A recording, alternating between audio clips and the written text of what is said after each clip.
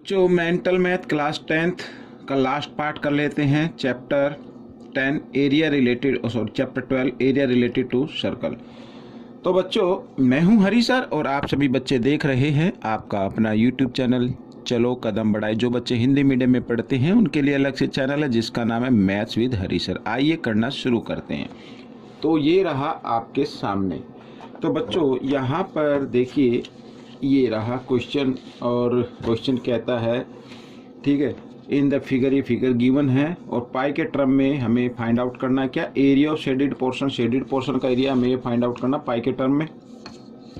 तो सबसे पहले मैं बताता हूँ आपको इस तरीके से, अगर मैं इसको इस तरीके से ज्वाइन कर दूँ बच्चों, यहाँ पर ऐसे, ठीक है, ये मैं इसको ज्वाइन कर दूँ तो बच्चों ये तो बन गया सेमी सर्कल बन रहा है। आप देख ही रहे सेमी सर्कल है ये, ठीक है, मतलब ये। और हमें एरिया फाइंड आउट करना है, तो एरिया फाइंड आउट करना लेंथ इनटू ब्रेथ, ठीक है। ये 4 है यहाँ से यहाँ तक, तो और ये जो साइड है ना यहाँ तक है बच्चों, ये यहाँ तक 5, तो ये यहाँ तक अगर मैं लूँगा तो ये यहाँ से यहाँ तक कितनी हो जाएगी, 4 हो जाएगी, ठीक है। आइए करना शुरू करते हैं। तो सबसे पहले एरिया ऑफ शेडेड पोर्शन, तो फर्स्ट वाला एरिया ऑफ शेडेड पोर्शन,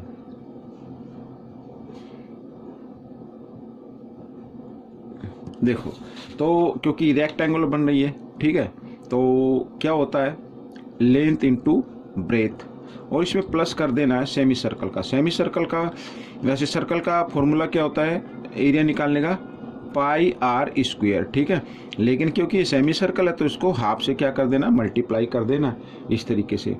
अब क्वेश्चन आता है कि इसकी रेडियस कितनी होगी, भाई यहाँ से यहाँ तक ये वाली, ठीक है।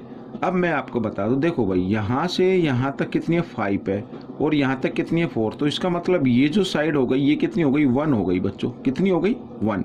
भाई 4 और 1 5 तभी तो होता ना, ये 1 है तो ये भी 1 होगी और ये भी 1 होगी, क्योंकि सर्कल के सभी रेडियस क्या होती है, इक्वल होती है। भाई ये 1 है तो ये भी 1 होगी, तो रेडियस कितनी हो गई 1 हो गई, ठीक है। तो आइए लिख लेते हैं। तो 7 4 से कितना होता है 28 प्लस 1/2, और रेडियस कितनी है 1, तो 1 का स्क्वायर 1 इंटू 1 इस तरीके से आएगा, और साथ में लिख देना पाई, ठीक है। अब देखो इधर, तो 28 प्लस यहाँ पे पाई को 1 से करेंगे तो पाई आएगा और नीचे आ जाएगा 2, और इसको ब्रैकेट में डाल के लिख दीजिए सेंटीमीटर स्क्वायर, ठीक है। इस तरीके से ये क्वेश्चन आपका हो गया है। हालांकि मेंटल मैथ का क्वेश्चन जो आंसर वो मैच नहीं कर रहा है, लेकिन आप देख लीजिए क्वेश्चन इसी तरीके से सोल्व होगा। अब हमें करना है इसमें पेरीमीटर फाइंड आउट करना है बच्चों। क्या करना है, पेरीमीटर फाइंड आउट करना है। अब यहाँ पर लिख लेते हैं सेकंड में, पेरीमीटर फाइंड आउट करेंगे, पेरीमीटर ऑफ शेडेड पोर्शन।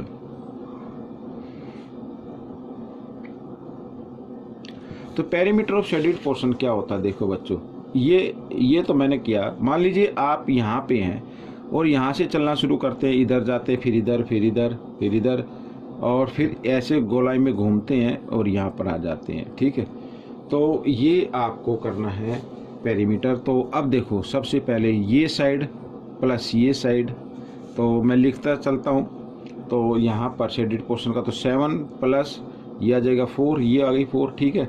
अब यहाँ पर ये डायमीटर कितना है 2, कितना है 2 है ये, तो और यहाँ से यहाँ तक कितनी 7 है, 7 में से 2 माइनस करो, भाई ये यहाँ तक लेनी हमें, तो कितना आ जाएगा बच्चों, 7 में से 2 माइनस करेंगे 5 आ जाएगा, तो 5 लिख दीजिए, ठीक है। और यहाँ पर ये यहाँ तक लिया ना, तो ये कितनी होगी 4, भाई ये 4 है तो ये भी क्या होगी 4 होगी, तो ये प्लस 4 इस तरीके से, और प्लस कर देना है यहाँ पेरीमीटर ऑफ सेमी सर्कल।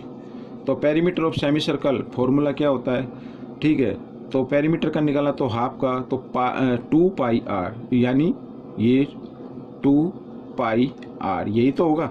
ये तो सर्कल का होता है, लेकिन सेमी सर्कल का निकालना है तो 1/2 करना है, तो 2 से 2 कैंसिल हो जाएगा। आइए पहले इनको ऐड कर लेते हैं बच्चों, ठीक है।